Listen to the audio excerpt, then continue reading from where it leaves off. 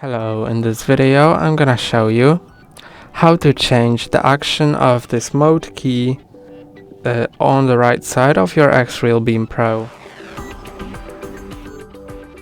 First go to settings, then go to gestures, system, gestures, mode key, and now you can enable it and click here, and now you can choose what to start with this key.